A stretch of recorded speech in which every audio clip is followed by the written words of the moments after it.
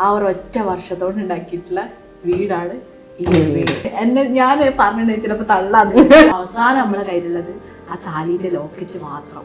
6 വർഷം ഒരു തരത്തിലുള്ള ഊണുമില്ല ഉറപ്പില്ല, വേറെ സ്റ്റാഫിനെ ഒന്നും വെക്കാതെ ഹാർഡ് വർക്ക് ചെയ്തതിന്റെ റിസൾട്ട് ഒരു ഉറപ്പ് പോലും ഇല്ലാതെ നമ്മൾ 65 ലക്ഷം കടം ഫിനിഷ് ചെയ്തു. ഈ ഷെഡിന്റെ സൈഡിലാണ് നമ്മൾ കിടക്കുന്നത്. 2 ചോദ്യമുണ്ട്. ആദ്യത്തെ ചോദ്യം ഞാൻ ആദ്യം ചോദിക്കട്ടെ, ഈ സഹന എങ്ങനെയാണ് റീനാസ് കലവറ ശല്യം സഹിക്കാൻ വയ്യാതെ വാങ്ങി ആർക്കും പൈസ വാങ്ങിയില്ല. ഇത് സ്ട്രാറ്റജി ഒന്ന് മാറ്റി വെക്കാൻ തന്നെ. വീട്ടിലുള്ള ആൾക്കാരെ ഷോപ്പിലേക്ക് എത്തി, ഈ ഷോപ്പിലുള്ള ആൾക്കാരെ ഹോൾസെയിൽ ഷോപ്പിലേക്ക് അതൊരു മാർക്കറ്റിംഗ് തന്ത്രമാണെന്നുള്ളത് പിന്നീട് നല്ല രീതിയിൽ നമ്മൾ മാനേജ് ചെയ്തിട്ടുണ്ടെങ്കിൽ പൈസ നമുക്ക് വരുന്നതിന്റെ പോലെ തന്നെ നമുക്ക് ഉപയോഗിക്കാനും പറ്റും. ആൾക്കാർ എന്താ 1000 കിട്ടുകയാണെങ്കിൽ 2000ന്റെ ചെലവാണ് ഓരോ ദിവസവും ചെയ്യുന്നത്. ഏകദേശം ഒക്കെ ഓക്കെ ആണെന്ന് കണ്ടപ്പോൾ കുറച്ച് കൂടുതൽ എമൗണ്ടിന്റെ സ്റ്റോക്ക് ഇറക്കി 3 ലക്ഷം രൂപേനെ 1 മാസത്തിനുള്ളിൽ കമ്പനിയിലേക്ക് പൈസ കൊടുക്കണം. പിറ്റേ ദിവസം തന്നെ കൊറോണ ലോക്ക്ഡൌൺ. ആ കോഴിക്കോട് ബീച്ചില് എല്ലാം നഷ്ടപ്പെട്ട ഒരു രാത്രി പോയിരിക്കുന്നു. അതായത് ഇനി മുന്നോട്ടില്ല എന്നുള്ള ആ ഒരു അവസ്ഥ. നിങ്ങൾ ശരിക്കും മരിക്കാൻ തന്നെയായിരുന്നു?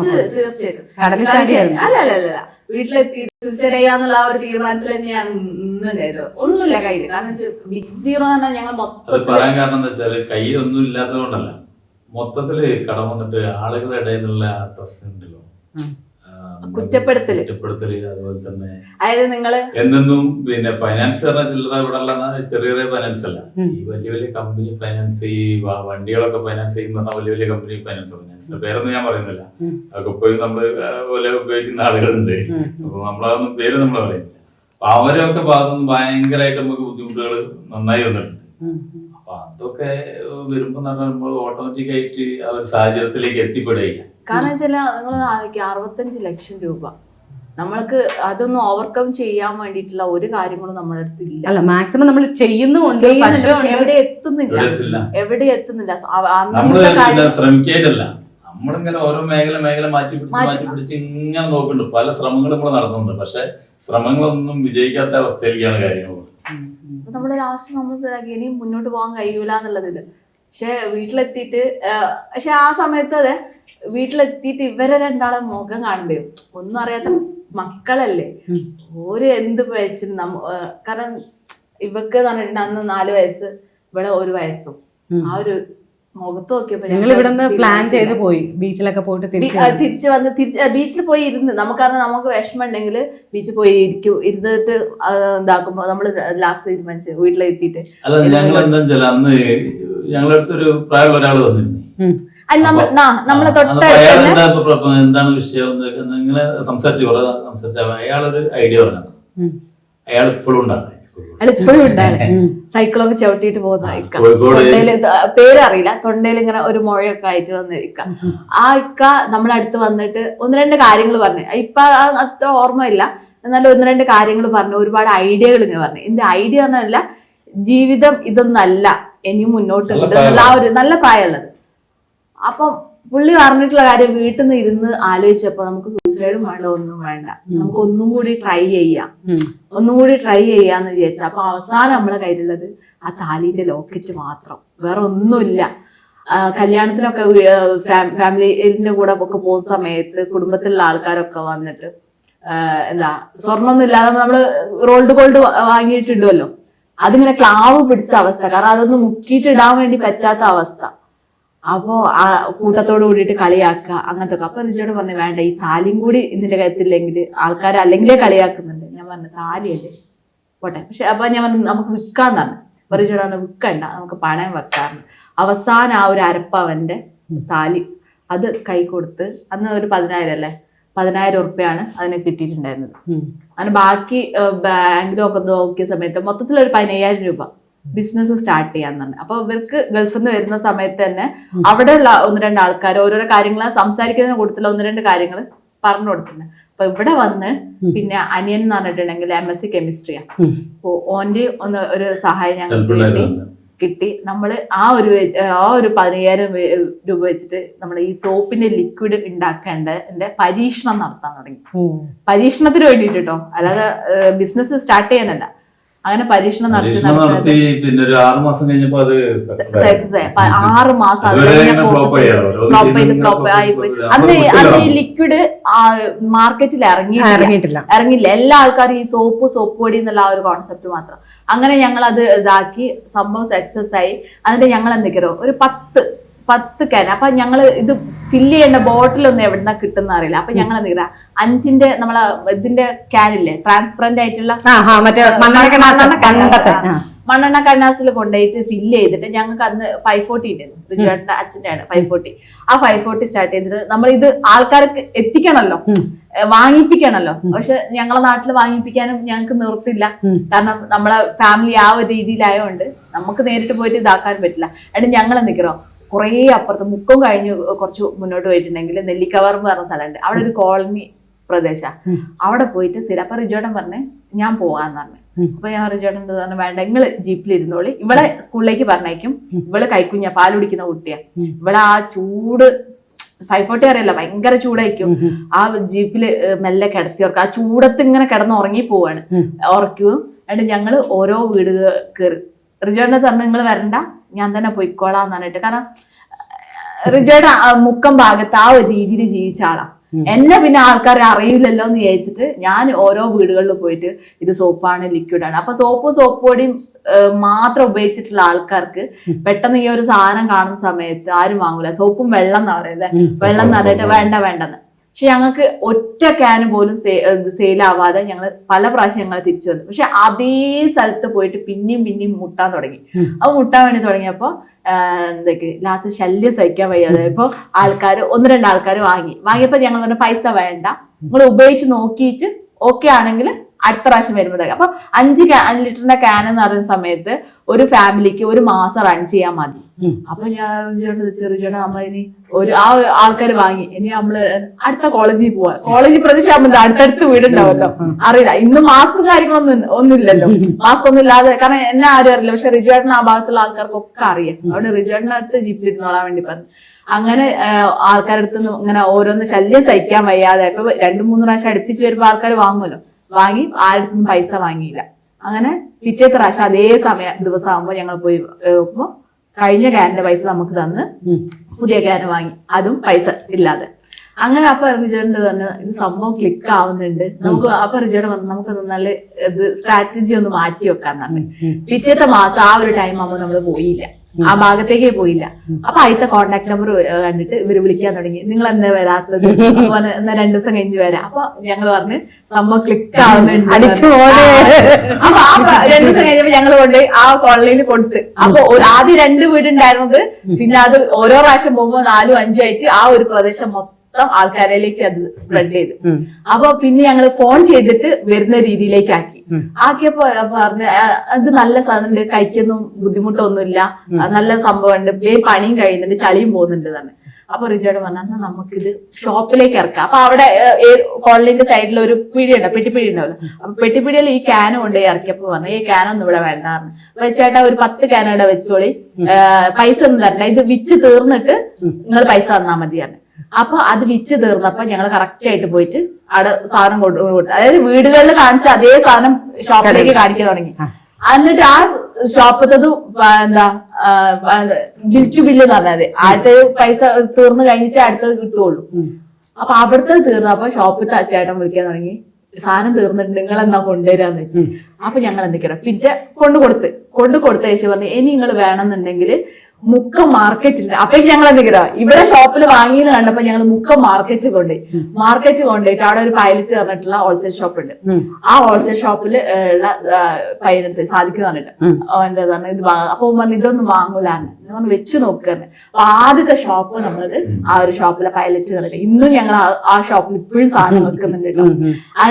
അതിന്റെ ഈ പെട്ടിപ്പിടിയത്തെ ചേട്ടാൻ ചോദിച്ച് സാധനം നിങ്ങൾ കൊണ്ടുവരുന്നില്ലേ ചോദിച്ചു. അപ്പൊ നിങ്ങൾക്ക് വേണമെന്നുണ്ടെങ്കിൽ പൈലറ്റ് ഹോൾസെയിൽ ഷോപ്പിൽ പോയിട്ടുണ്ടെങ്കിൽ സാധനം കിട്ടുന്നത്.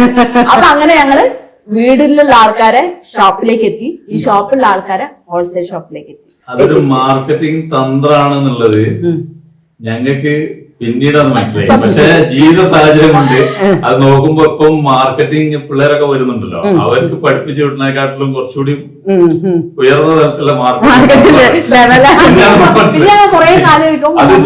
വലിയ മാർക്കറ്റിംഗ് സംബന്ധ ജീവിത സാഹചര്യം കൊണ്ട് അങ്ങനെ വന്നു.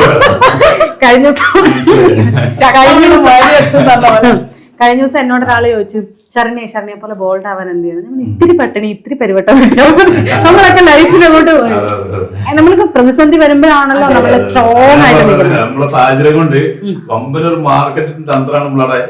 തീർച്ചയായും അതിൽ ഇൻട്രസ്റ്റിംഗ് ആയിട്ടുള്ള ഒരു കാര്യം എന്ന് പറഞ്ഞിട്ടുണ്ടെങ്കിൽ അന്ന് ബോട്ടിലും കാര്യങ്ങളും ഇല്ലാതിട്ടാണ് ഈ മണ്ണെണ്ണ കന്നാസ് പോലത്തെ കന്നാസ് കൊടുത്തത്. പിന്നെ അതിന് ശേഷം കുറച്ചൊന്ന് ഡെവലപ്പ് ആയി കാണുന്നുണ്ട്. അപ്പൊ ഞങ്ങളൊന്ന് ആ ക്യാൻ ഒന്ന് മാറ്റി ബോട്ടിലാക്കി. പക്ഷെ ഇന്ന് വരെ ആ ബോട്ടിൽ എത്രത്തോളം ഇറക്കി അത്രത്തോളം ഞങ്ങൾ മാർക്കറ്റിൽ നിന്ന് റിട്ടേൺ എടുക്കേണ്ടി വന്നു. പക്ഷെ ആൾക്കാരെ മനസ്സിൽ പതിഞ്ഞു പോയി. ഇതല്ല അല്ല സെയിം അവരുടെ അല്ല ജില്ലകളിലൊക്കെ നമ്മള് ഇറക്കുന്നുണ്ട്. അത് രസം അറിയോ, ഒരേ സാധനം തന്നെയാണ്. റോസ്, പിന്നെ മഞ്ഞ, നീല ഒക്കെ ഒരേ സാധനം തന്നെയാണ്. കളറിലും ഫ്രാഗ്രൻസിലും മാത്രമേ മാറ്റം വരുന്നുള്ളൂ. പക്ഷെ റോസാണ് ഇപ്പൊ ഫസ്റ്റിൽ ഇറക്കിയത്. ഇന്നും ഏറ്റവും കൂടുതൽ പോകുന്ന റോസാണ്. സാധനം മാറ്റി കൊടുത്തിട്ടുണ്ടെങ്കിൽ ഞങ്ങൾക്ക് റോസ് മതി, ക്യാന് മാറ്റാനും പറ്റില്ല. ബോർഡ് ഇന്നും അതേ 5ന്റെ ക്യാനില് ഒരു മാറ്റവും വരുത്താതെ. നിങ്ങൾ ആദ്യമായിട്ട് അത് നിങ്ങളുടെ ഒരു ടെക്നിക്ക് മാത്രമല്ല, നിങ്ങളുടെ ആ ഫസ്റ്റ് ഇത് അത് വിജയിച്ചപ്പോ ആ സ്മെല്ല് ആളുകൾക്ക് പിടിച്ചുപോയി. അപ്പൊ മറ്റൊരു എന്താ പറയുക സ്മെല്ല് കൂടുമ്പോഴത്തേക്കും അവർക്ക് അത് അത്രയും ഇഷ്ടപ്പെടത്തില്ല. അപ്പോഴും അവർ ആ റോസിലേക്ക് തന്നെ വരുന്നത് അതുകൊണ്ട്. അല്ലാണ്ട് ഈ പറഞ്ഞ നമ്മൾ ഈ പറഞ്ഞ ടെക്നിക്ക് ഒരേ മെഷീനിൽ കൂടെ ഒരേ സാധനം വരുന്നത്. അതിനകത്ത് നിങ്ങൾ പറഞ്ഞ കളറും മണവും മാത്രമാണ് മാറ്റുന്നത്. ഇപ്പൊ അത് അതിന്റെ വൈക്ക് ഇങ്ങനെ പോയി. പിന്നെ അതിന്റെ പുറമെ ഞങ്ങള് ബിസിനസ് വേറെ മാറ്റി പിടിച്ച്. പിന്നെ അതിന് നമ്മള് ഇതിലേക്ക് എന്താ ബൾക്കായിട്ട്, അതായത് ഹോസ്പിറ്റല് ഹോട്ടൽസിലേക്കൊക്കെ ബൾക്കായിട്ട് 100-200 ലിറ്റർ ആയിട്ട് അങ്ങനെ നമ്മൾ കയറ്റുമതി ചെയ്യാൻ തുടങ്ങി. ഇപ്പൊ കാലിക്കറ്റ് ഓൾമോസ്റ്റ് എല്ലാ ഹോട്ടലിലും നമ്മൾ തന്നെയാണ്. ഞങ്ങള് പിന്നെ വേറെ ബിസിനസ് ഒക്കെ തുടങ്ങി. പക്ഷെ അതൊക്കെ പോയി. ഇതൊക്കെ ചെയ്യുമ്പോ നമ്മളെ ഒരു തറവാട് പിന്നെ സംഭവം ഉണ്ടല്ലോ, നമ്മള് പഠിച്ച ജോലിയായി ചെയ്ത് കൊടുക്കുന്നുണ്ട്. വർഷമായിട്ട് കൂടെ റൺ ചെയ്ത് പോകുന്നുണ്ട്. അതിന്റെ അത് സ്ഥിരമായിട്ട് ഒരു കുഴപ്പമില്ലാതെ പോകുന്നുണ്ട്.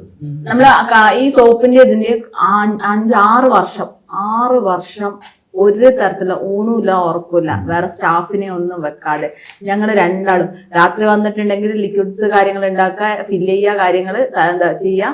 ഞങ്ങൾ 5 വർഷം വേറൊരാളെ പോലും വെക്കാതെ ഇതാക്കി 5 വർഷം ഹാർഡ് വർക്ക് ചെയ്തതിന്റെ റിസൾട്ട് ഒരു ഉറുപ്പ്യ പോലും ഇല്ലാതെ നമ്മൾ 65 ലക്ഷം കടം ഫിനിഷ് ചെയ്തു തീർത്തു. കേട്ടോ കുഞ്ഞിന് എല്ലാം മനസ്സിലായോ? ഈ കൊച്ചിന്റെ എന്നിട്ട് നിങ്ങൾ എന്തിനാ ഈ കൊച്ചിന്റെ കുടുക്ക പൊട്ടിച്ച് ഈ വീട് വെട്ടത്? 65 ലക്ഷം വെച്ച് നിങ്ങക്ക് ചെയ്യാൻ പറ്റുന്നത് നിങ്ങൾ എന്തിനാ ഈ കുഞ്ഞു കൊച്ചിന്റെ കുടുക്ക പൊട്ടിച്ചത്? നോട്ടാക്കാൻ വേണ്ടി കൊണ്ടുപോയാ അത് അന്ന് വെറുതെ ഒരു തമാശക്ക് പറഞ്ഞ പൊട്ടിച്ചിട്ടാണ് വീട് മനസ്സിലാണ് പിടിച്ചിട്ട് ഇപ്പോഴും പറഞ്ഞ എന്റെ കാശിക്കുഞ്ചി പൊട്ടിച്ചതിന്റെ ഒരു ഭാഗം വീട് കാശിക്കുഞ്ചിയാണല്ലേ? 4 കൊച്ചിന്റെ കാശിക്കുഞ്ഞ് വെച്ച് നിങ്ങൾ പുതിയ കാശിക്കുഞ്ഞ് തന്നെ മേടിച്ചു? അത് എല്ലാ വർഷവും ഉണ്ടല്ലേ? ഈ വർഷമുള്ളത് ചേച്ചി പോകുമ്പോൾ വണ്ടിക്കകത്ത് തട്ടിക്കേറ്റിക്കോളൂ. 65 ലക്ഷം കടം കഴിഞ്ഞപ്പം അവസാനം ഞങ്ങളെ കയ്യിലുണ്ടായിരുന്ന വെറും 7000 രൂപ. ആ 7000 രൂപ വെച്ചിട്ടാണ് അടുത്ത ഘട്ടത്തിലേക്ക് ഞങ്ങൾ എന്താ വെച്ചിട്ടുണ്ടെങ്കിൽ കടങ്ങള് എന്താ ഓരോ ഭാഗങ്ങളാക്കി മാറ്റി. അതാണ് ഞങ്ങൾ 5 വർഷം കൊണ്ട് ഈ ഒരു കടം ഞങ്ങൾ എന്തൊക്കെയാണ് പെട്ടെന്ന് തീർക്കാൻ വേണ്ടി പറ്റി. കാരണം വെച്ചാൽ വേറെ സ്ഥലത്തേക്ക് ഞങ്ങൾ അസറ്റ് ആക്കിയിട്ട് മാറ്റിയ ഒന്നുമില്ല, കടത്തിലേക്ക് മാത്രം ഫോക്കസ് ചെയ്ത്. പിന്നെ ഞങ്ങളുടെ പേഴ്സണൽ ചെലവിന് എന്ന് പറഞ്ഞിട്ട് ആവശ്യത്തിനുള്ള എമൗണ്ട് മാത്രം മാറ്റി വെച്ചിട്ടുള്ളൂ. അല്ലാതെ അതുകൊണ്ടാണ് പെട്ടെന്ന് നമ്മള് കടം തീർക്കാൻ. മണി മാനേജ്മെന്റ് ഞങ്ങൾ നല്ല രീതിയിൽ മാനേജ് ചെയ്തിട്ടുണ്ട്. അത് പല ആൾക്ക് ഇപ്പോഴും നമ്മളെ വീഡിയോന്റെ താഴെ വരുന്ന മണി മാനേജ്മെന്റ് എങ്ങനെയാണ് കിട്ടുന്ന കടത്തിലേക്കാണ് പോകുന്നത്. പക്ഷെ അത് നല്ല രീതിയിൽ നമ്മൾ മാനേജ് ചെയ്തിട്ടുണ്ടെങ്കിൽ പൈസ നമുക്ക് വരുന്നതിന്റെ പോലെ തന്നെ നമുക്ക് ഉപയോഗിക്കാനും പറ്റും. ശരിക്കും ആളുകൾക്ക് മണി മാനേജ്മെന്റ് അറിയാത്തതുകൊണ്ടാണ് കടം പെരുങ്ങുന്നതും കടം പോകും. നമ്മുടെ കയ്യിൽ എത്ര വരുമാനം ഉണ്ടായെങ്കിലും അത് നിൽക്കാതെ വരുന്നത് ശരിക്കും മണി മാനേജ്മെന്റ്. വരുമാനത്തിനനുസരിച്ചിട്ട് പിന്നെ ചെലവ് ചെയ്യാം, അതുപോലെ തന്നെ കടം വീട്ടാം. നമ്മളിപ്പോ ഒരു 1000 രൂപ ദിവസം കിട്ടുകയെന്ന് വിചാരിച്ചില്ല, 1000 സാമാന്യ ഒരു ആൾക്ക് കിട്ടുന്ന കൂലി, ഇന്നത്തെ കാലത്ത് കിട്ടുന്ന കൂലി. ആ 1000 കിട്ടുന്നതിലേക്ക് 200 രൂപ പിന്നെ കടത്തിലേക്ക് മാറ്റി വെക്കുക, പിന്നെ ഒരു 500 രൂപ പിന്നെ അസറ്റാക്കി വെക്കുക, പിന്നെ ബാക്കി വരുന്ന ഒരു 300 രൂപ നമ്മുടെ ചെലവിലേക്ക് എടുക്കുക. ചെലവിലേക്ക് എടുക്കുക എന്ന് പറയുമ്പോൾ അതിനനുസരിച്ചുള്ള ചെലവ്. 1000 കിട്ടുന്ന ആൾക്ക് കിട്ടുന്ന ആ ചെലവ് ചെയ്തു പോവുക, അത്രേ ഉള്ളൂ. ചില ഇപ്പൊ ആൾക്കാരെന്താ 1000 കിട്ടുകയാണെങ്കിൽ 2000ന്റെ ചെലവാണ് ഓരോ ദിവസവും ചെയ്യുന്നത്. അതെന്താന്നറിയോ, ഇന്ന് 1000 കിട്ടും, അപ്പൊ നാളെയും കൂടെ 1000 കിട്ടില്ല, അപ്പൊ 2000 ആവില്ല. നമുക്ക് ചെലവാക്കിയാൽ അത് തമാശ തോന്നല്ല, അത് നമുക്കാണേലും മനസ്സിലാവും. ഇപ്പൊ ഞാൻ പറഞ്ഞില്ല, ഇപ്പൊ ഞാനൊരു സ്വന്തം ഒരു ബിസിനസ് തുടങ്ങുമ്പോൾ എനിക്ക് ഭയങ്കര ടെൻഷനാണ്. എനിക്ക് 0 അസറ്റ് ആണുള്ളത്. എന്റെ അസറ്റ് എന്ന് പറയുന്നത് ഫ്രണ്ട്ഷിപ്പാ, സൗഹൃദങ്ങളിലാണ് നമ്മളിത് മൊത്തം ഓടിക്കുന്നത്. അപ്പോഴും നമുക്ക് ടെൻഷനാണ്, ഇവർക്ക് എന്തെങ്കിലും ചെയ്യണമല്ലോ, ഇവർക്ക് എന്തെങ്കിലും. അപ്പൊ ഏറ്റവും ലോയിലാന്ന് ചെയ്യുന്നത്, വരുമാനം കിട്ടി തുടങ്ങിയിട്ടില്ല, എല്ലാം ഇങ്ങനെ ലോയില് പിടിച്ചിട്ടാ ചെയ്യുന്നത്. അപ്പൊ നമുക്ക് എന്ത് തരം ബിസിനസ് ചെയ്താലും എന്തെങ്കിലും ചെറിയൊരു വരുമാനം ഉണ്ടാവും, എന്തെങ്കിലും ചെറിയ വരുമാനം ഉണ്ടാവും. ആ വരുമാനം എങ്ങനെയെങ്കിലും മണി മാനേജ്മെന്റ് ചെയ്ത് അതിനൊരു വരുമാനം ഉണ്ടാക്കാന്നുള്ളതാണ് നോക്കുന്നത്. അല്ലാതെ നമ്മൾ കിട്ടുന്നത് പോലെയാണെന്നുള്ളൊരു തോന്നൽ വന്നു കഴിഞ്ഞാൽ ഒക്കെ ഫ്ലോപ്പോ ഒന്നും ഉണ്ടാവില്ല. അവിടെയാണ് നമ്മൾ ഈ പറയുന്ന കാര്യങ്ങളൊക്കെ ചിന്തിച്ചോളൂ, നമുക്ക് മുന്നോട്ട് പോകാൻ കഴിയില്ല എന്നുള്ള കാര്യങ്ങളൊക്കെ. പക്ഷെ ഇത് ശരിക്കും മണി മാനേജ്മെന്റ് ചെയ്ത് കഴിഞ്ഞാൽ അങ്ങനത്തെ ഒരു വിഷയങ്ങളും ഉണ്ടാവില്ല. നമുക്ക് എങ്ങനെ അങ്ങോട്ട് വരുമാനം കിട്ടുന്നു, ആ വരുമാനത്തിനനുസരിച്ചുള്ള ചെലവ് ചെയ്ത് കഴിഞ്ഞാൽ ആ ചെലവ് ചെയ്യുന്നിടത്തിലാണ് നമ്മൾ ശ്രദ്ധിക്കേണ്ടത്. അതുപോലെ തന്നെ നമ്മള് ഫണ്ട് എടുത്തു വെക്കുന്നിടത്തും ഇത്ര ഫണ്ട് മാറ്റി വെക്കണം. അത് ശരിക്കും ഒരു ഒന്നും വേണ്ട, നമ്മളൊരു നോട്ട് ബുക്ക് 100 പേജിന്റെ നോട്ട് ബുക്ക് എടുത്ത് വെച്ച് ദിവസം വരവ് ചെലവ് കൃത്യമായിട്ട് എഴുതി വെച്ച് നമ്മൾ ശരിക്കും എനിക്ക് 1000 രൂപ കിട്ടണം, അതിനിപ്പോ എന്ത് എഴുതി വെക്കാനാണ്? 1000 രൂപ കിട്ടുന്നത് ഇന്നും ശർദേശിക്ക് കാണിച്ചു തരാം, ഞാൻ പോകുന്ന സമയത്ത് കാണിച്ചു തരാം. ഞാൻ ഇവിടെ ഡെയിലി എന്റെ നമ്മളെ കാര്യത്തിന് വേണ്ടി ഇപ്പോഴും നോട്ട്ബുക്ക് ഞങ്ങൾ ഉപയോഗിക്കുന്നത്. എനിക്കൊരു നോട്ട്ബുക്ക്, പക്ഷെ അന്നത്തെ കാര്യങ്ങൾ എപ്പോഴും ഇതുവരെ മാറ്റം. നമുക്ക് അന്നു കിട്ടുന്ന ഫണ്ടുകൾ അത് എഴുതി വെച്ച് അതിപ്പോ അന്നായാണെങ്കിൽ ഇന്നത്തെ സ്ഥിതിയായിരുന്നു, നമ്മള് പറയുന്നില്ല. അതിനനുസരിച്ച് നമ്മള് കാര്യങ്ങൾ കൈകാര്യം ചെയ്തു പോകാനോട് ഇപ്പൊ എല്ലാ കാര്യങ്ങളും നമുക്കൊരു കുഴപ്പമില്ലാതെ നടന്നു പോകുന്നു. ഇതിനകത്ത് 2 കാര്യം എനിക്ക് മനസ്സിലായ ഒരു കാര്യമുണ്ട്. നിങ്ങൾ പരസ്പരം കുറ്റപ്പെടുത്തിയില്ല. ഇപ്പൊ കടം വന്നപ്പോ നിന്നെ കെട്ടിയത് കൊണ്ടാണ് ഞാൻ, അല്ലെങ്കിൽ നിങ്ങളുടെ കൂടെ ഇറങ്ങി പോകുന്നത് കൊണ്ടാണെന്നൊക്കെ പറഞ്ഞിരുന്നെങ്കിൽ, ഞങ്ങൾ ഇതുവരെ അല്ല അങ്ങനെ പറഞ്ഞിരുന്നെങ്കിൽ, അതായത് കടം വരും, നമ്മളിപ്പോ ഈ വീഡിയോയ്ക്ക് വേണ്ടിയിട്ടാണെങ്കിലും അല്ലെങ്കിൽ പൊതുവെ കടം വരുന്നവരുടെ എല്ലാം ഒരു പ്രശ്നം, ഒന്നാമത്തെ കാര്യം ഭയങ്കര വിഷമം ഉണ്ടാവും. അവളെ ഇപ്പൊ ചേട്ടനാണെങ്കിലും ചേച്ചി അങ്ങനെ പോയപ്പോ ഭയങ്കര വിഷമം ഉണ്ടായി. പക്ഷെ ഇല്ല, നമുക്ക് ഓക്കെ നാണോ മാനോ അല്ല, അന്തസ്സായിട്ട് ജീവിക്കണം എന്നുള്ളൊരു തീരുമാനം. മറ്റേത് ഇല്ലെങ്കിൽ കുറ്റപ്പെടുത്താം, ഞാൻ അവന്റെ കൂടെ ഇറങ്ങി വന്നിട്ടാണല്ലോ, അല്ലെങ്കിൽ അവൾ എന്റെ കൂടെ വന്നിട്ടാണല്ലോ, ഇല്ല എന്റെ വീട്ടുകാരെ നേരെ ചെന്ന് നോക്കിയില്ലോ, അല്ലെങ്കിൽ എന്റെ നല്ല ആലോചന വന്ന് കെട്ടാലോ എന്നൊക്കെ പറഞ്ഞിട്ടാണ് ഈ കുടുംബം തകരുന്നത്. പിന്നീട് ഇവര് പറയുന്ന പോലെ കുഞ്ഞുങ്ങളെയും കൊന്ന് കുറെ പേര് അങ്ങനെ മരിക്കുന്നത്. അതായത് കാരണം എനിക്ക് ഇപ്പൊ നിങ്ങൾ ആത്മഹത്യയെ പറ്റി ചിന്തിച്ചെന്ന് പറയുമ്പോൾ ആ സാഹചര്യം മനസ്സിലാവും. പക്ഷെ നിങ്ങളൊന്ന് ആലോചിക്കേ, ഒന്നും അറിയാത്ത കുഞ്ഞു കൊച്ചുങ്ങളെയും കൊന്ന ആൾക്കാർ എത്രയോ പേര് ഇവിടെ മരിക്കുന്നു. അവരോടൊക്കെ എന്തെങ്കിലും നിങ്ങൾക്ക് പറയാനുണ്ടോ? അതായത് ഇനിയും ഉണ്ട്, ഇനിയും നമ്മുടെ സമൂഹത്തിൽ ഇങ്ങനെ കടം കയറി നിൽക്കുന്നവരുണ്ട്. ഇപ്പൊ നമ്മള് ചിലപ്പോ അത് ഞാൻ ഇപ്പൊ പറയാം, നമ്മളെ കൊറോണ വന്നില്ലേ, നമ്മള് എല്ലാ കടങ്ങളും തീർത്ത് ഒക്കെ സ്വസ്ഥമായിട്ട് ഇങ്ങനെ നിൽക്കുക. അപ്പൊ നമ്മള് ആദ്യത്തെ കൺസൈൻമെന്റില്ലേ, നമ്മള് കുറച്ച് ആയിട്ടുള്ള പ്രൊഡക്ഷനിലുള്ള സാധനങ്ങൾ മാത്രമേ നമ്മൾ വാങ്ങുള്ളൂ. പക്ഷെ നമ്മള് ഏകദേശം ഒക്കെ ഓക്കെ ആണെന്ന് കണ്ടപ്പോ ഞങ്ങൾ എന്തൊക്കെയാ കുറച്ച് കൂടുതൽ എമൗണ്ടിന്റെ സ്റ്റോക്ക് ഇറക്കി. 3 ലക്ഷം രൂപേന്റെ ഞങ്ങൾ ആദ്യത്തെ സ്റ്റോക്ക് ആട്ടാ, അത്രയും കൂടുതൽ എമൗണ്ടിന്റെ. അപ്പൊ ഇറക്കി കഴിഞ്ഞ് 1 മാസത്തിന്റെ ഉള്ളിൽ കമ്പനിയിലേക്ക് പൈസ കൊടുക്കണം. ഒറ്റ മാസത്തെ ഇതിന് റോളിങ്ങിനെ തന്നിട്ടുള്ളൂ ക്രെഡിറ്റ്. അത് ഇറക്കി പിറ്റേ ദിവസം തന്നെ കൊറോണ ലോക്ക്ഡൌൺ ഫുൾ. മറ്റേ എനിക്ക് മോദി അതിനുശേഷം കൊറോണ. ഇവിടെ എടുത്തു കൊടുക്കാൻ ഒന്നുമില്ല, സ്വർണ്ണായിട്ട് തന്നെ പണയം വെക്കാൻ ഒന്നും ഇല്ലാത്തൊരവസ്ഥ. 3 ലക്ഷം റുപ്യ കാട് കമ്പനിക്ക് 1 മാസം 28 ദിവസത്തിനുള്ളിൽ പൈസ തിരിച്ച് കൊടുക്കും. റിജേൺ എന്താ ചെയ്യേണ്ടത് ഒന്നും അറിയില്ല എന്ന് പറഞ്ഞു. കൊറോണ ഫുൾ ലോക്ക്ഡൌൺ ആയി കിടന്നു. അങ്ങനെ നിൽക്കുന്ന സമയത്തുണ്ട് പെട്ടെന്ന് പഞ്ചായത്തിൽ നിന്ന് ഒരാൾ വന്നിട്ട് പറഞ്ഞിട്ട്, ഇവിടെ ക്ലീനിങ്ങിന്റെ ലിക്വിഡ് ഉണ്ടോ എന്ന് ചോദിച്ചു. ഉണ്ട് തന്നെ, എവിടെയും സാധനം കിട്ടാനില്ല, നിങ്ങൾ വരികയാണെങ്കിൽ ഇപ്പൊ പെർമിഷൻ തരാന്ന് പറഞ്ഞു. അങ്ങനെ ഞങ്ങൾ 2 ആളും പോയി പെർമിഷൻ വാങ്ങി, സ്പെഷ്യൽ പെർമിഷനും കാര്യങ്ങളും വാങ്ങി. ഞങ്ങള് ആ ഒരു കൊറോണ നല്ല രീതിയിൽ എൻജോയ് ചെയ്ത് എല്ലാ ആൾക്കാരും കൊറോണ എല്ലാവർക്കും ഭയങ്കര ബുദ്ധിമുട്ടാണ്. അതായത് നമ്മള് എന്താ രാത്രിയും പകലായിട്ട് 3 ഷെഡ്യൂൾ ആയിട്ടുണ്ടാക്കി. ഈ ഭാഗത്തുള്ള ഒരുവിധ ആൾക്കാർക്കൊക്കെ ജോലി കൊടുത്തിട്ടുണ്ടായിരുന്നു. പിന്നെ ചെക്കന്മാരൊക്കെ ഉണ്ടാവല്ലോ, അവർക്ക് ജോലി കൊടുത്ത്. അതേപോലെ മാസ്ക് അടിക്കാനുള്ള, അന്ന് മാസ്കിനൊക്കെ ഭയങ്കര ടൈറ്റ്, മാസ്ക് ഒന്നും എവിടുന്ന് കിട്ടുന്നില്ലായിരുന്നു.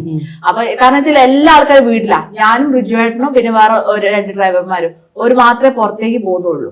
അപ്പൊ പുറത്തേക്ക് പോകുമ്പോ അറിയാം ഏതൊക്കെ പീടികയിലാണ് എന്തൊക്കെയാണ് ഇല്ലാത്തതെന്നാണ്. അപ്പൊ ചില ടെക്സ്റ്റൈൽസുകളൊക്കെ നമ്മൾ ഓപ്പൺ ചെയ്യിപ്പിച്ച് ഈ മിഷനുള്ള വീടുകളിൽ പോയിട്ട് ഈ തുണികളൊക്കെ കൊണ്ട് കൊടുത്ത് മാസ്ക് അടിക്കാൻ വേണ്ടി പറയും. അപ്പൊ അവർക്കും ഒരു വരുമാനം. അപ്പൊ ഈ ഭാഗത്തുള്ള കുറച്ച് ആൾക്കാർക്കൊക്കെ നമുക്ക് ജോലി കൊടുക്കാൻ വേണ്ടി പറ്റി. അപ്പൊ ആ ഒരു കൊറോണയിൽ ഞങ്ങള് കിടന്നുറങ്ങാൻ വേണ്ടിയിട്ട് മാത്രം ഞങ്ങൾ വരും. വീട്ടിലേക്ക് ഞങ്ങൾ വരൂല. ഈ വീടിന്റെ പണി തറ കെട്ടിയിട്ടേ ഉള്ളൂ. വീട്ടിലേക്ക് വരില്ല. ഈ ഷെഡിന്റെ സൈഡിലാണ് നമ്മൾ കിടക്കൽ. കാരണം ബൈ ചാൻസ് പുറത്താണല്ലോ പോകുന്നത്. അപ്പൊ പിള്ളേരും എല്ലാവരും ഉണ്ടായിരുന്നു, പെങ്ങളും മക്കളൊക്കെ എല്ലാവരും വീട്ടിലുണ്ടായിരുന്നു. അപ്പൊ കൊറോണ വന്നിട്ടുണ്ടെങ്കിൽ ബുദ്ധിമുട്ടല്ലേ എന്ന് വിചാരിച്ചിട്ട് ഞങ്ങൾ രണ്ടാളും ഇനി എന്ത് സംഭവിച്ചാലും ഇനി കൊറോണ വന്ന് എന്ത് പറ്റിപ്പോയാലും കുഴപ്പമില്ല എന്നുള്ളതില് ഞങ്ങൾ രണ്ടാളും ഉറങ്ങാൻ ഒരു കുറച്ച് മണിക്കൂർ മാത്രം ഞങ്ങൾ എടുത്ത് ബാക്കി കംപ്ലീറ്റ് വർക്ക് ചെയ്ത് ആ ഒരു ഒറ്റ വർഷത്തോടെ ഉണ്ടാക്കിയിട്ടുള്ള വീടാണ് ഈ വീട്.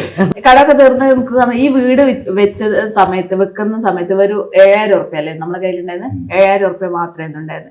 ഇതേപോലെ എല്ലാ സ്ഥലം ഉണ്ടായത്. അങ്ങനെ തട്ടായിട്ടുള്ള ഒരു പറമ്പായിരുന്നു. ആ പറമ്പ് ആക്കിയെടുക്കുകയാണെങ്കിൽ നല്ലൊരു പൈസ ചെയ്യുവാണ്. അപ്പൊ ഈ മതില് റിജുവേട്ടന്റെ അച്ഛന്റെ ഫ്രണ്ട് വന്നിട്ട് പൊളിച്ച് വീടുണ്ടാക്കിക്കോ. അപ്പൊ എടുത്ത വയ്ക്ക് റിജുവേട്ടൻ ചോദിക്കുകയും ചെയ്ത് എന്തെടുത്തിട്ട് വീടുണ്ടാക്കും തന്നെ. അപ്പൊ മൂപ്പര് പറഞ്ഞു അതൊക്കെ ആയിക്കോളും തന്നെ. പറഞ്ഞ മാതിരി തന്നെ വീട് എന്തോ ഒരു ഭയം കൊണ്ട് പെട്ടെന്ന് റെഡി പെട്ടെന്ന് ആ ഇതില് പെട്ടെന്ന് തന്നെ മനസ്സുണ്ടെങ്കിൽ വഴി തുറന്നു തരുന്നേ. ലോണോ കാര്യങ്ങളോ അങ്ങനത്തെ ഒന്നും നമ്മൾ എടുത്തിട്ടില്ല.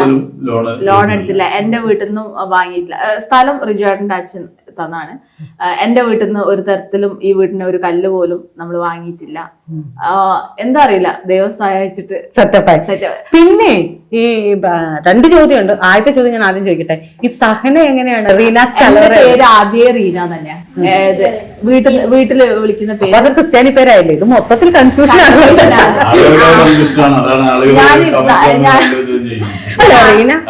ഞാൻ ആദ്യമായിട്ട് വെളിപ്പെടുത്താം, ഞാൻ ഹിന്ദു ആണ്, നായരാണ്. ഇതുവരെ ആയിട്ട് ആരും പറയാത്തൊരു കാര്യമാണ്. ജാതി ഞാൻ മാറിയിട്ടില്ല, ഞാൻ അതേ മതത്തിൽ തന്നെയാണ് നിൽക്കുന്നത്. പിന്നെ വെച്ചിട്ട് പൊട്ടൊന്നും തൊടില്ല. ഓരോ സമയത്ത് ഓരോ ഫാഷൻ അല്ലേ. പൊട്ട് തൊടൂല, ഷോള് കഴുത്തു കൂടിയാണ്. അന്ന് കഴുത്തിലൂടെ ഷോൾ ഇട്ടിട്ട് ഒക്കെ നടക്കുന്ന തൃശ്ശൊക്കെ കണ്ടല്ലേ, കഴുത്തിലൂടെ തൃശ്ശ 65 വർഷത്തിന്റെ കഥ പറയുന്നത്. അപ്പൊ സിനിമാ നടിയെ കുറിച്ചാണ് മമ്മി പറയുന്നത്. മമ്മി അങ്ങനെ അതിന്റെ ഇടയിൽ വേറെ ട്വിസ്റ്റ് ഉണ്ട്. ഞാൻ ക്ലാസ് എടുത്തോണ്ടായിരുന്നു, ഓൺലൈൻ ക്ലാസ്. എന്തിന്റെ? മറ്റേ ഫുഡിന്റെ. അതാണ് ഞാൻ ചോദിച്ചത്. അങ്ങനെ റീനാസ് കലവറ. ഞാൻ അന്ന് പേജ് ഒന്നും ഇല്ലായിരുന്നു. ഞാൻ ഫേസ്ബുക്കിലുള്ള സാധാ അക്കൗണ്ടിൽ ത്രൂ ആണ് ക്ലാസ് എടുത്തോണ്ടുണ്ടായിരുന്നത്. അപ്പൊ ആണ് ആൾക്കാർ പറഞ്ഞത് ഇങ്ങനെ ലൈവ് ക്ലാസ്, അതായത് ഷോപ്പിംഗ് കോംപ്ലക്സ് ഒക്കെ വരുന്ന സമയത്ത് അവരെ ഡെമോൺസ്ട്രേഷന് വേണ്ടിയിട്ടാണ് ക്ലാസ് എടുത്തോണ്ടുണ്ടായിരുന്നത്. പ്രൊഫഷണലി ഞാനും ഷെഫ്. കുറെ ആൾക്കാർ പറയും ഞാൻ ഉണ്ടാക്കുന്ന 10 മിനിറ്റിന്റെ ഭക്ഷണം കാണുമ്പോ ഉഡായിപ്പാണെന്നൊക്കെ. പക്ഷെ ഇന്ന് കഴിച്ച മന്തി എങ്ങനെയുണ്ട്?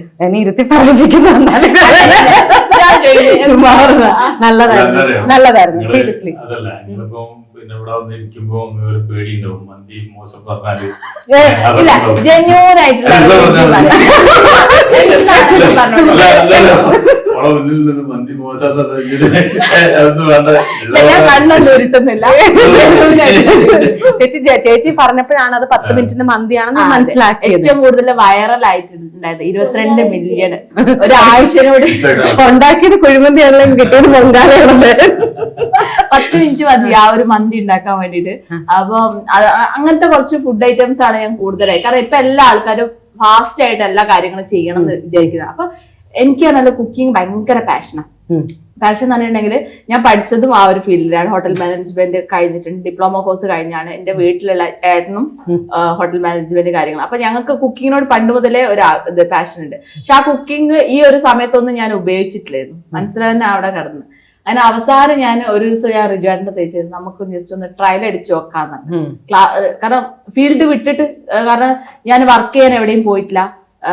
അതായത് ഞാൻ ട്രെയിനിങ് മാത്രം ചെയ്തിട്ടുള്ളൂ, വർക്ക് ചെയ്യാൻ ഒരു ഹോട്ടലിൽ പോയിട്ടൊന്നുമില്ല. അപ്പൊ അതുകൊണ്ട് ഒരു ഐഡിയ ഇല്ല. അപ്പൊ നമുക്ക് പുറത്ത് പോയിട്ട് ഈ കുട്ടികളെ വെച്ചിട്ട് ഒരു ഷെഫായിട്ട് പോവാ, പ്രത്യേകിച്ച് പെണ്ണുങ്ങൾ പോവാന്ന് പറഞ്ഞാല് കുറച്ച് ബുദ്ധിമുട്ടൊക്കെ ഉള്ള കാര്യം. അപ്പൊ അങ്ങനെയാണ് റിജോർട്ട് പറഞ്ഞത് നമുക്ക് അന്ന് ക്ലാസ് കണ്ടക്ട് ചെയ്യാന്ന് പറഞ്ഞത്. അങ്ങനെ വീട്ടിലുള്ള വീട്ടമ്മമാരൊന്നും വീട്ടിൽ വെറുതെ ഇരിക്കരുത് എന്നുള്ള ആ ഒരു കോൺസെപ്റ്റ് ഉണ്ടായിട്ട് 2008 ആണ് എനിക്ക് തോന്നുന്നു ഞാനാണ് തോന്നുന്നു ഈ ഹോം ബേക്കിങ്ങിനെ കൂടുതലായിട്ട് പ്രൊമോട്ട് ചെയ്തിട്ടുണ്ടായിരുന്നത്. കൂടുതലായിട്ട് കേക്കും കാര്യങ്ങളും അങ്ങനെ ഈ മറ്റേ ഇത് പുതിയ മോളൊക്കെ ഓപ്പൺ ആവുന്ന സമയത്ത് അവിടെ പോയിട്ട് അവരുടെ മാർക്കറ്റിംഗ് ഒന്ന് കൂട്ടാൻ വേണ്ടിയിട്ട് നമ്മൾ അവിടെ പോയി ക്ലാസ് എടുക്കുക, വൺ ഡേ വർക്ക്ഷോപ്പ് കാര്യങ്ങൾ. അപ്പൊ അങ്ങനെ ചെയ്തുകൊണ്ടിരുന്നു. അങ്ങനെ ചെയ്തുകൊണ്ട് നിൽക്കുന്ന സമയത്താണ് നമ്മൾ കൊറോണ വന്നത്. ആ സമയത്ത് ഇവര് മോളുകാരാണ് ഫീസ് കാര്യങ്ങളൊക്കെ വാങ്ങിക്കൊണ്ടിരുന്നത്. അന്ന് സ്റ്റുഡൻസിന്റെ അടുത്ത് നിന്ന് ലേഡീസിന്റെ അടുത്ത് നിന്ന് 1000 രൂപയൊക്കെയാണ് ഒരു കോഴ്സിന്. 1000 അത് എത്ര അവരാണ് വാങ്ങുന്നത്. പക്ഷെ നമുക്ക് ഒരു ഫിക്സഡ് ആയിട്ടുള്ള എമൗണ്ട് ആണ് നമ്മൾ ഒരു ക്ലാസ്സിന് ഇത്രയാണെന്ന് പറഞ്ഞിട്ടാണ് വാങ്ങിക്കൊണ്ടിരുന്നത്.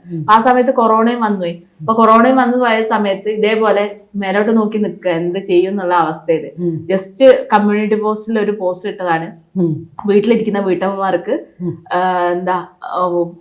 കുക്കിംഗ് ക്ലാസ് എന്ന് പറഞ്ഞിട്ട് 300 രൂപ ഫീസ് എന്ന് പറഞ്ഞിട്ട് ഇതിട്ട് അത് കമ്മ്യൂണിറ്റി ടാബിൽ പോസ്റ്റ് ഇട്ട് ഞാൻ എന്റെ പണിക്ക് പോയി. കുറെ കഴിഞ്ഞപ്പോ ഫോൺ ഫുൾ ഹാങ് ആയിട്ട് ഇതെന്താ സംഭവം ഒന്നും അറിയില്ല. പിന്നെ മൊബൈൽ ഷോപ്പിലുള്ള ചെക്കൻ ആ വീട്ടിലേക്ക് പോയിട്ട് ഇത് നോക്കിയപ്പോ പറഞ്ഞ ഓവർ മെസ്സേജ് വന്നിട്ട് ഇതായതാണ്. അപ്പൊ അത് നന്നാക്കി വന്ന് നോക്കുമ്പോൾ അത്രയ്ക്കും എൻക്വയറി. അതായത് 1000, 2000, 3000 കൊടുത്തിട്ട് പഠിച്ചുകൊണ്ടിരുന്ന ആൾക്കാർ പെട്ടെന്ന് 300 രൂപയ്ക്ക് ക്ലാസ് കേട്ടപ്പോ ഇതാക്കി. അപ്പൊ റിജോട്ടൻ പറഞ്ഞു 300 മുതലാവോ വെച്ച്. ഞാൻ പറഞ്ഞു പഠിച്ചോട്ടെ, നമുക്കൊരു ക്ലാസ്സിന്റെ കാര്യമില്ല, നമുക്കൊന്ന് സ്റ്റാർട്ട് ചെയ്യാന്നാണ്. അങ്ങനെ ഓൺലൈൻ ക്ലാസ് രാത്രി ഷൂട്ടും കാര്യങ്ങളൊക്കെ ചെയ്ത്, ലൈവ് അല്ല പ്രീ റെക്കോർഡഡ് ക്ലാസ് ചെയ്യുന്നത് ഉണ്ടായിരുന്നു. അപ്പൊ അത് നല്ല രീതിയിൽ ഒരു തരത്തിൽ. അപ്പൊ ഓൺലൈൻ ക്ലാസ് എന്ന് പറയുന്ന സമയത്ത് ആൾക്കാർ വിചാരിക്കും ഓൺലൈനിലും കൂടെ പഠിപ്പിച്ചിട്ടുണ്ടെങ്കിൽ നല്ല വൃത്തിക്ക് പഠിക്കുമോ എന്നുള്ള ഡൗട്ട് ഉണ്ട്. പിന്നെ ആൾക്കാർ വിചാരിച്ചു 300 അല്ലേ പോയാ പോട്ടെ എന്ന് വെച്ചിട്ട് അങ്ങനെ പേ ചെയ്ത ആൾക്കാരുണ്ട്. പക്ഷെ അങ്ങനെ പേ ചെയ്ത പല ആൾക്കാരും ഇന്ന് നല്ല രീതിയിൽ ബിസിനസ് ചെയ്തിട്ട് അത് ഇപ്പൊ കഴിഞ്ഞ ദിവസമൊക്കെ കമന്റിലുണ്ട് ഞാൻ പറഞ്ഞിട്ടുണ്ടെങ്കിൽ ചിലപ്പോ തള്ളാന്ന് അല്ല ക്ലാസ്. പിന്നെ ഒരു ക്ലാസ്സിന് നമ്മള് വെച്ചിട്ട് ഒരു 500-600 ആളുകൾ ആ ക്ലാസ് ഉണ്ടായിരുന്നു. ഇപ്പം കറന്റ്ലി 15000 സ്റ്റുഡൻസോളം വേൾഡ് വൈഡ് ആയിട്ട് മൊത്തത്തില് ഇവിടെ മാത്രമല്ല ഇന്ത്യ മാത്രമല്ല പുറത്തുള്ള ആളുകളും വേൾഡ് മൊത്തത്തിലായിട്ട് ഒരു 15000 സ്റ്റുഡൻസോളം ഉണ്ട്. ഇതേ ഫീസ് തന്നെയാണ്. അന്ന് കേക്ക് അപ്പൊ ഒരു വീട്ടില് ഒരു 2 ഹോം ബേക്കർ ആയി എന്നുള്ള ഇത് കണ്ട സമയത്ത് ഞാൻ കേക്കിനോട് മെല്ലെ അവിടെ ചവിട്ടി. ആ കേക്ക് വെച്ചിട്ട് പിന്നെ അടുത്ത സാധനങ്ങൾ ഇതാക്കി. കാരണം വീട്ടിലിരുന്നിട്ട് അവർക്ക് വീട്ടിലുള്ള വീട്ടമ്മമാർക്ക് ഒരുപാട് ബിസിനസ് ചെയ്യേണ്ട ഓപ്പർച്യൂണിറ്റി ഉണ്ട്. പക്ഷെ ആരും മൈൻഡിലേക്ക് കൊണ്ടുവരുന്നില്ല. അപ്പൊ അവർക്ക് വേണ്ടിയിട്ടുള്ള ഐഡിയാസ് കൊടുക്കാൻ തുടങ്ങി. അപ്പൊ ക്ലാസ് മാത്രമല്ല ഞാൻ കൊടുത്തോണ്ടിരുന്നത്, ആ സാധനം ഉണ്ടാക്കിയ സാധനം ഏത് രീതിയിൽ മാർക്കറ്റിൽ സെയിൽ ചെയ്യാം, എത്ര രൂപ വെച്ചിട്ട് സെയിൽ ചെയ്യാം, അതിൽ എത്ര പ്രോഫിറ്റ് ഉണ്ടാവും, ആ പ്രോഫിറ്റ് ഏത് രീതിയിൽ നമുക്ക് യൂട്ടിലൈസ് ചെയ്യാം എന്നൊക്കെ അങ്ങനത്തെ ഒരു ബിസിനസ് കാര്യങ്ങൾ മൊത്തത്തിൽ പഠിപ്പിച്ചു കൊടുക്കാൻ വേണ്ടി തുടങ്ങി. അങ്ങനെ പിന്നെ അച്ചാറ്, പൗഡർ, അങ്ങനെ വേണ്ട കുക്കിംഗ് പരമായിട്ടുള്ള എല്ലാ സാധനങ്ങളും അതേ കുഞ്ഞ് ഫീസ് ഇതുവരെ ആയിട്ട് മാറ്റം വരുത്തില്ല. ഒരു 300, 350, പിന്നെ കുറച്ചും കൂടി മേലോട്ട് കയറുന്ന സമയത്ത് ഒരു 500, 700 അതിൽ ഒതുക്കിയിട്ടുണ്ട്. പക്ഷെ ഇന്നും നമ്മളെ സ്റ്റുഡൻസ് ഓരോരോ ആൾക്കാർ ഓരോരോ ഫോട്ടോസ് അയക്കുന്ന കാണുന്ന സമയത്ത് ഭയങ്കര സന്തോഷം. ചേച്ചി ഇപ്പം ഞാൻ യൂട്യൂബിൽ അങ്ങനെ സെലിബ്രിറ്റി അങ്ങനെ ഒന്നും കാണാറില്ല പൊതുവെ. പക്ഷെ എന്റെ റൂംമേറ്റ്സ് ആണ് നിങ്ങളെ സജസ്റ്റ് ചെയ്തത്. ചിന്നു സേറാന്നാ വിളിക്കുന്നത്. അപ്പൊ അവള് ഇങ്ങനെ പറഞ്ഞു ചേച്ചി ഇവര് നല്ല രസമാണ്, ചേച്ചി ട്രൈ ചെയ്യാൻ പറഞ്ഞു കേട്ടോ. ഞാൻ കാണാറില്ല അങ്ങനെ. ഇവളാണ് എനിക്ക് മിക്കവരെ സജസ്റ്റ് ചെയ്യുന്നത്. അവള് ഫുൾ ടൈം ഇതിലിരിക്കുന്ന ആളാ. അപ്പൊ ഇങ്ങനെ നോക്കിയപ്പം ഇങ്ങനെ ഇതൊക്കെ ക്യാപ്പൊക്കെ വെച്ചിട്ട് അപ്പൊ ഇങ്ങനെ കൊള്ളാലോ ചോദിച്ചു നോക്കാം. അപ്പൊ എനിക്കൊരു ടെൻഷനുണ്ട്. എന്താ ടെൻഷൻ, ഞാൻ ചാനൽ തുടങ്ങിയിട്ട് 3-4-5 ദിവസം ആയതുള്ളൂ. അപ്പൊ ഞാൻ നൈസായിട്ട് മേഡം ഇന്റർവ്യൂ തരാമോ, ഞാൻ പ്രതികരിക്കുമെന്ന് വിചാരിച്ചില്ല, കാരണം പിന്നെ ആവട്ടെ എന്നൊക്കെ വിചാരിച്ചു. അപ്പൊ ഞാനും സത്യമായിട്ട് എനിക്ക് റിപ്ലൈ വരുമെന്ന് ഞാൻ വിചാരിച്ചേ ഇല്ല. അപ്പൊ ഇങ്ങനെ പറയുന്നു അതിനിപ്പോ എന്താ തരാലോ. അയ്യോ അപ്പൊ എനിക്കെന്തോ ഇത് നമുക്ക് രാശിയായിരിക്കും. നിങ്ങളുടെ കഥയും കൂടെ ഞാൻ കേട്ടപ്പോ മീൻസ് നമ്മളിങ്ങനെ തപ്പും, നമ്മൾ വരുന്ന ഇന്റർവ്യൂവിൽ ചെയ്യുന്നവരെ നിങ്ങൾ എന്താന്നൊരു അറിഞ്ഞില്ലെങ്കിൽ നമ്മൾ വന്നിരുന്നിട്ട് കാര്യമില്ലല്ലോ. അപ്പൊ എനിക്ക് നോക്കിയപ്പോ ചിലപ്പോ എനിക്ക് ഒരു രാശിയായിരിക്കാം, കാരണം നിങ്ങളുടെ ഫസ്റ്റ് ഇന്റർവ്യൂ എനിക്കാണല്ലോ കിട്ടുന്നത്. രാശിയായിരിക്കാന്ന് ഞാൻ വിചാരിക്കുന്നു. ലൈഫില് നിങ്ങൾ പറഞ്ഞ പോലെ തന്നെ സ്ട്രഗിൾ ചെയ്യുന്ന ഒരുപാട് പേരുണ്ട്. ഒരുപാടെന്ന് വെച്ചാൽ ഏറ്റവും സ്ഥലം. പക്ഷെ ഇവരെല്ലാം ഒരേപോലെ കൈ കൊടുത്തു നിന്നാലേ. ഇപ്പൊ ചേച്ചി തന്നെ പറയുമ്പം ഞാൻ രണ്ടാമത് ചോദിച്ച ക്വസ്റ്റ്യനാ ചോദിക്കായിരുന്നു, താലി പിന്നെ എപ്പോ എടുപ്പിച്ചു? താലി അത് കഴിഞ്ഞിട്ട് കൊറേ കഴിഞ്ഞ് എനിക്ക് തോന്നുന്നു അത് എടുക്കേണ്ട സാഹചര്യം വന്നപ്പോഴും അതിനെ കുറിച്ച് ഞങ്ങൾക്ക് ഓർമ്മയില്ലായിരുന്നു. കാരണം താലിക്ക് വലിയ ഇമ്പോർട്ടന്റ് ചിലപ്പോ വേറെ രീതിയിലായി. അത് താലി എന്നൊക്കെ പറയുന്നത് നമ്മള് കാണുന്ന ഒരു സിംബോളിക് ആണ്, ചരട് മാത്രമാണെന്നുള്ളൊരു അതിലൊന്നല്ല കാര്യം എന്ന് പറഞ്ഞാൽ പരസ്പര വിശ്വാസം. കറക്റ്റ്. അത് മാത്രമേ ഉള്ളൂ, പരസ്പര വിശ്വാസം, ഒത്തൊരുമിച്ച് പോവാ. അല്ലാതെ നമുക്ക് ഒരുവിധം കാര്യങ്ങളൊക്കെ വിജയിച്ചെടുക്കാൻ കഴിയും. ആ ഒരു സമയത്ത് ഞാൻ ചേച്ചി ആ ഇതിനകത്ത് പറയുന്നുണ്ട് ജോഷ് ടോക്കിൽ, അതായത് താലി ഇട്ടിട്ട് നമ്മൾ ഒന്നിച്ച് വലിയ ഇതായിട്ട് കാണിക്കുന്നതിൽ നല്ല നമ്മൾ ഒന്നിച്ച് താലിയിലല്ലല്ലോ നമ്മുടെ ബന്ധം ഇരിക്കുന്നത് ഒരാളുടെ. ആ സമയത്ത് ഞാൻ അന്ന് ഉപേക്ഷിച്ച സ്വർണവും കാര്യങ്ങളൊക്കെ ഉപേക്ഷിച്ച് ഇതാക്കി. പക്ഷെ അത് കഴിഞ്ഞിട്ട് കുറെ കാലം കഴിഞ്ഞിട്ട് നമ്മളെ ഫേസ്ബുക്കിൽ കണ്ടിന്യൂസ് വീഡിയോ ഇടുമ്പോ കുറെ ആൾക്കാരെ നിർബന്ധിച്ചിട്ട് അവസാനം വീണ്ടും ഞാന് കമന്റിൽ ഇങ്ങനെ പറഞ്ഞ താലിയല്ല മാലടി മലക്ക അന്ന് ഉപേക്ഷിച്ച സ്വർണവും കാര്യങ്ങളൊക്കെ. ഇതിപ്പോ ഇന്നലെ ഞാൻ വെറുതെ അവിടെ നിൽക്കുമ്പോ ഇത് കളറ് പോകുന്നൊന്നുമില്ല, വാങ്ങി വെച്ച അതേ അതുകൊണ്ട് എടുത്തിട്ട്. അല്ലല്ല അങ്ങനെയല്ല ചേച്ചി, അല്ലല്ല ഞാൻ ചേച്ചി ആ പറഞ്ഞതുണ്ടല്ലോ, അതായത് ചേച്ചി അന്ന് പറഞ്ഞു ഞാൻ പണ്ട് എങ്ങനെയാണോ അങ്ങനെ തന്നെ നിൽക്കും എന്ന് പറഞ്ഞിരുന്നുണ്ടല്ലോ. അത് നമ്മൾ വന്ന വഴി മറക്കത്തില്ല. നിങ്ങൾ ഇപ്പോഴും ഞാൻ വന്ന് മിറ്റത്ത് കയറിയപ്പോഴേ ചോദിച്ചു, ജീപ്പല്ലേ, ഈ ജീപ്പിലല്ലേ നിങ്ങൾ ഇപ്പോഴും മറ്റേ മാർക്കറ്റിൽ പോകുന്നതിനൊക്കെ. പക്ഷെ നമ്മൾ വന്ന വഴി നമുക്ക് പറയാൻ വേണമെങ്കിൽ, അല്ലെങ്കിൽ നമുക്ക് മറക്കാം. ഞങ്ങൾ അന്നോ മറ്റേ ഏത് വണ്ടി ഞങ്ങളുടെ വീട്ടിൽ വന്ന് വിറ്റവളോ എന്ന് മനസ്സിലാവുന്നുണ്ടോ? അതാണ് ഞാനിപ്പം ഏതൊക്കെ രീതിയിൽ എനിക്ക് എന്തൊക്കെ ചെയ്യാൻ വേണ്ടി പറ്റും അതിന്റെ ഏറ്റവും വലിയ ക്രെഡിറ്റ് റിജേട്ടനാട്ടോ കൊടുക്കേണ്ടത്. കാരണം മൂപ്പര് ഞാൻ എന്തെങ്കിലും മനസ്സിലെന്തെങ്കിലും കാര്യം ഉണ്ടെന്നുണ്ടെങ്കിൽ, അതായത് പുതിയ എന്തെങ്കിലും ബിസിനസ് നമുക്ക് ആലോചിക്കുകയാണെങ്കിൽ അപ്പൊ റിജേട്ടൻ നിൽക്കുക, റിജേട്ടാ ഇത് ശരിയാവൂല റിജേട്ടൻ പറയും ശരിയാവില്ല കേട്ടോ, അവിടെ നിർത്തിയേക്കുക. അപ്പൊ ഞാൻ അവിടെ നിർത്തും. ഓക്കെ ആണെങ്കിൽ അതിന്റെ ഫുൾ സപ്പോർട്ട്. അതെന്താന്നറിയോ, ട്രയൽ റൺ ഒക്കെ കഴിഞ്ഞ ട്രയൽ റൺ അതൊരു കുറെ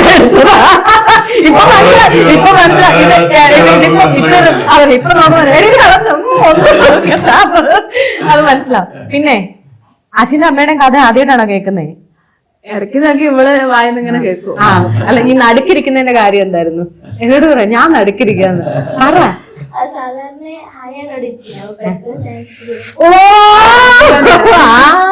അത് സാറില്ല കേട്ടോ. അതെനിക്ക് ഇഷ്ടപ്പെട്ടു കേട്ടോ. അതായത് അല്ല സത്യം പറഞ്ഞാൽ എനിക്കത് ഫീലും ചെയ്യുന്നുണ്ട് ഒരേ സമയം. അതായത് മൂത്ത കക്ഷിക്ക് ഇളയാള് വന്നേ പിന്നെ നടുക്കിരിക്കാൻ പറ്റത്തില്ല. ഇന്ന് ആ ചാൻസ് കിട്ടിയപ്പോ നടുക്ക് തന്നെ ഇരുന്ന്. ഞങ്ങളുടെ ഈ ഒരു ജേർണിയില് ഏറ്റവും കൂടുതൽ പറയാനുള്ളത് ഇവരെ രണ്ടാൾക്കാരാണോ. കാരണം വെച്ചാല് ചില ആൾക്കാരുണ്ടാവുമല്ലോ പിള്ളേർ വിട്ടിട്ട്. എനിക്ക് വേറൊരു ഇതിന്റെ ഇടയിൽ കൂടെ ഒരു കാര്യം പറയാനുള്ളത്, എനിക്ക് ഏറ്റവും കൂടുതലായിട്ട് കോൾസ് വരുന്നത്, ചേച്ചി ചെറിയ കുട്ടിയുണ്ട് വീട്ടില്, എനിക്കൊന്നും ചെയ്യാൻ വേണ്ടി പറ്റുന്നില്ല, ചേച്ചിനെ പോലെ എനിക്ക് ഓവർകം ചെയ്യണം എന്ന് താല്പര്യമുണ്ട്. കുട്ടി എന്ന് പറയുന്നത് അങ്ങനെയാണെന്നുണ്ടെങ്കിൽ ഇപ്പൊ കൈക്കുറ്റ പാല് കുടിക്കുന്ന കുട്ടീനെ വെച്ചിട്ടാണ് ഞങ്ങളെ യാത്ര തുടങ്ങുന്നത്. അപ്പൊ അതൊന്നും ഒരു തരത്തിലും ഒരു ബുദ്ധിമുട്ടായിട്ട് അതെന്താണെന്നറിയോ, രണ്ട് രീതിയിൽ നമുക്ക് അതിനെ എനിക്ക് തോന്നുന്നു. റീന ചേച്ചി ആ സമയത്ത് എടുത്ത എഫേർട്ടിൽ നിങ്ങളുടെ പേരൻസ് ആരും നിങ്ങളോട് എന്ത് പറഞ്ഞാലും നിങ്ങൾ മൈൻഡ് ആക്കുന്നില്ല. കാരണം നിങ്ങളെ സംബന്ധിച്ച് ആ കടം എങ്ങനെയും വീട്ടാന്നുള്ള. പക്ഷെ മറ്റൊരാൾക്ക് ഒരു കുഞ്ഞു കൊച്ചിനെ ഇട്ടിട്ട് പോയി അവർ ആ സമൂഹത്തിന്റെ മുഴുവൻ കുത്തുവാക്ക് കേൾക്കണം. ശരിക്കും ഒരാളും ഇഷ്ടം ഉണ്ടായിട്ടല്ല ചെയ്യുന്നത്, കടമുണ്ടായിട്ടല്ല ഈ കുത്തുവാക്ക്. ആ കുത്തുവാക്ക് കേട്ട് നിൽക്കുകയാണെങ്കിൽ നമ്മളൊന്നും മനസ്സിലായി. നമ്മളൊരു കാര്യം ചെയ്യുമ്പോ 100 ആളുകള് അത് ശരിയല്ല നെഗറ്റീവ് പറയും, ഒരുപാട് ആളുകളുണ്ട്. പക്ഷെ നമുക്ക് ശരി എന്നുള്ള കാര്യം ആണ് നമ്മൾ ചെയ്യുന്നതെങ്കിൽ ഒരു വിഷയമില്ല. നമ്മളെ മനസ്സിൽ ഓക്കെ ആണ് അത്. അപ്പൊ പുറത്തുനിന്ന് കേൾക്കുന്ന ഞങ്ങള് തന്നെ അപ്പുറത്തുനിന്ന് ഇപ്പുറത്തുനിന്ന് എന്ത് കേട്ടിട്ടുണ്ടെങ്കിലും ഞങ്ങൾ ഒരേ മൈൻഡിൽ തന്നെയാണ് ഞങ്ങൾ ചിന്തിച്ചുകൊണ്ടിരുന്നത്. അതുകൊണ്ടാണ് മുന്നോട്ട് പോകാൻ വേണ്ടി പറ്റുന്നത്. അതുകൊണ്ടാണ് എല്ലായിടത്തും ഞാൻ പറയുന്നത്, ചെറിയ കാരണങ്ങൾ കൊണ്ട് അടയുടെയും തട്ടിമുട്ടി നിൽക്കും. പക്ഷെ അതൊന്നും ഒരു കാരണേ അല്ല. നമുക്ക് ഓവർകം ചെയ്യണമെങ്കിൽ വഴികൾ നമ്മളെ ഈ ഒരു ചുറ്റുവട്ടത്ത് തന്നെ കിടക്കും. അത് നമ്മൾ കണ്ടെത്തണം. ഓരോ ആൾക്കാർക്കും ഓരോ തരത്തിലുള്ള കഴിവുണ്ട്. ആരും കഴിവില്ലാത്ത ആൾക്കാരല്ല. പക്ഷെ ആ കഴിവ് എന്തെന്ന് മനസ്സിലാക്കിയിട്ട് അത് നല്ല രീതിയിൽ ഉപയോഗിക്കുകയാണെന്നുണ്ടെങ്കിൽ എന്ത് പ്രശ്നം ഉണ്ടെങ്കിലും നമുക്കത് ഓവർകം ചെയ്യാൻ പുറത്തു പോകണ്ട. നമ്മളെ വീട്ടിലുണ്ട്, നമുക്ക് മുന്നേറി മുന്നോട്ട് പോകാനുള്ള കാര്യം വീട്ടിലുണ്ട്, ഇനി നാട്ടിലുണ്ട്. നമ്മൾ പുറത്ത് ഗൾഫിലോ അടയ്ക്കൊന്നും പോകണ്ട. നമ്മളെ ചുറ്റുവട്ടത്ത് ഒരുപാട് കാര്യങ്ങളുണ്ട്. നമ്മളത് നമ്മളെ ചെയ്യാൻ പറ്റുന്ന കാര്യം കണ്ടെത്തി കൃത്യമായിട്ട് ചെയ്തു കഴിഞ്ഞാലല്ലോ നമ്മൾ വിചാരിച്ചതിനെക്കാട്ടിലും മുന്നിൽ നമ്മൾ എത്തിപ്പെടാൻ കഴിയും. അതന്നെ അതന്നെയാണ് നമ്മളെ വിജയം. അതന്നെ ഇന്ന് ഏറ്റവും കൂടുതൽ കലവറ എന്നുള്ളൊരു ബ്രാൻഡിങ്ങിൽ റീനാസ് കലവറ വന്ന് നിൽക്കുന്നതിനൊരു ഒറ്റ കാരണമേ ഉള്ളൂ, അവരുടെ ഡെഡിക്കേഷൻ. അവരതിനോട് എടുത്തൊരു പാഷനേറ്റ് ആയിട്ടുള്ള ഒരു വർക്ക്. അതിൽ ഈ 2 കുഞ്ഞുങ്ങൾ, അയ്യോ കുട്ടികളെ കാര്യം എടുത്തു പറയണം. കാരണം വെച്ചാല് കുട്ടികളെ ഒരു തരത്തിലും ഞങ്ങളെ ബുദ്ധിമുട്ടാക്കിയിട്ടില്ല. ഞങ്ങളെ സാഹചര്യം ഓരോ ദിവസം നമ്മൾ പണി കഴിഞ്ഞ് ഞങ്ങൾ ഒരു 7 മണിയൊക്കെ ആകുമ്പോൾ വീട്ടിൽ കയറി വരിക. അപ്പൊ ആ കാര്യങ്ങൾ കൃത്യമായിട്ട് മനസ്സിലാക്കിയിട്ട് ഇപ്പൊ നിങ്ങള് വീട് കണ്ടില്ലേ, ആ വീട് ക്ലീൻ ചെയ്തിട്ടുണ്ടെങ്കിൽ അത് ഒരു കുഷ്യൻ അങ്ങോട്ടും ഇങ്ങോട്ടും മാറ്റി വെക്കൂല. കാരണം കുട്ടികൾ അത് കാരണം വെച്ചാൽ നമ്മളെ തിരിച്ചു വന്നിട്ട് ഓരോ പണികൾ എടുത്ത് തീർക്കുന്ന അവർക്ക് മനസ്സിലാവുന്നുണ്ട്. അപ്പൊ നമ്മളെ ബുദ്ധിമുട്ട് അവർ മനസ്സിലാക്കുന്നുണ്ട്. കുട്ടികൾ ഇവിടെ 4 വർഷമായി വീട് ഉണ്ടായിട്ട് പെയിന്റിങ് വന്നു കഴിഞ്ഞാൽ എവിടെയെങ്കിലും ഒരു വലിയ ബുദ്ധിമുട്ടുണ്ടോ? 2 കുട്ടികൾ ചെറിയ കുട്ടികളുണ്ട്. ഇപ്പൊ സ്കൂള് വിട്ട് വന്നിട്ടുണ്ടെങ്കിൽ ഞാനിവിടെ ഉണ്ടാവില്ല, ഞാനൊരു ചേട്ടനും പുറത്തേക്ക് പോയിട്ടുണ്ടാവും. പക്ഷെ ചില ആൾക്കാരുണ്ടാവും, അയ്യോ എന്റെ കുട്ടി വരാനേ, അപ്പേക്കും എല്ലാം കൂടി എടുത്ത്. പക്ഷെ ഇവരുടെ കാര്യത്തിൽ എനിക്ക് ആ ഒരു ടെൻഷൻ ഇല്ല. കാരണം എന്തെങ്കിലും ഉണ്ടാക്കാനുള്ള സാധനം ഇവിടെ എടുത്തു വെച്ചാൽ മതി. കുക്ക് ചെയ്ത് ആക്ക് ചായ ഒക്കെ ഉണ്ടാക്കി 2 ആളും കൂടി ഷെയർ ചെയ്ത് കുടിച്ചോളൂ. ഭക്ഷണ കാര്യത്തിൽ എനിക്ക് ഒരു ടെൻഷനും ഇല്ല. ഭക്ഷണം വെച്ചിട്ട് 2 ആളെ പുറകിൽ വെച്ച് കഴിക്കി എന്ന് പറയണ്ട. അതിനൊക്കെയാണ് ഞാൻ രക്ഷപ്പെട്ടത്. ഞാൻ വന്നത് ചോദിച്ചു, മമ്മി ഉണ്ടാക്കുന്നതിൽ ഏറ്റവും അല്ല കുട്ടി എന്താണ് ഇഷ്ടം? എനിക്ക് കഴിക്കാനാണ് ഇഷ്ടം. അതെ, ഞാൻ ഭക്ഷണ കാര്യത്തിൽ ഇവർക്ക് എനിക്ക് ഒരു ബുദ്ധിമുട്ട് ചെറുതാമോ മുതലേ വന്നിട്ടില്ല. ചില കുട്ടികളുണ്ടാവും ഇങ്ങനെ കൊടുക്ക് ഒക്കത്ത് വെച്ച് ഇങ്ങനെ കഴിക്കി ആ ഒരു ബുദ്ധിമുട്ടേ ഇല്ല. ഇവർക്ക് വേണം വിശക്കുന്ന സമയത്ത് ഇവർ വിളമ്പി കഴിക്കും, അല്ലാത്ത സമയത്ത് വിളമ്പി കൊടുത്തിട്ടുണ്ടെങ്കിൽ അതും കഴിച്ച് പാത്രം കഴുകി വെച്ച്. അപ്പൊ ഇവരുടെ കാര്യത്തിലേക്ക് ടെൻഷൻ ഇല്ല. അപ്പൊ എന്താണെങ്കിലും കലവറ അങ്ങോട്ട് അടിപൊളിയായിട്ട് വികസിച്ച് വലിയ വലിയ വലിയ കലവറയാവട്ടെ. ഒരുപാട് പേർക്ക് അതിലൂടെ ജോലി കൊടുക്കാൻ സാധിക്കട്ടെ. അപ്പൊ എന്താണെങ്കിലും ചേച്ചിയും ചേട്ടാ പരിചയപ്പെട്ടതിൽ ഭയങ്കര സന്തോഷം. എനിക്ക് ഒരു നേരം ഫുഡ് തന്നതിൽ എനിക്കിങ്ങനെ ഇന്റർവ്യൂ തന്നതിൽ ഭയങ്കര സന്തോഷം. Okay, thank you.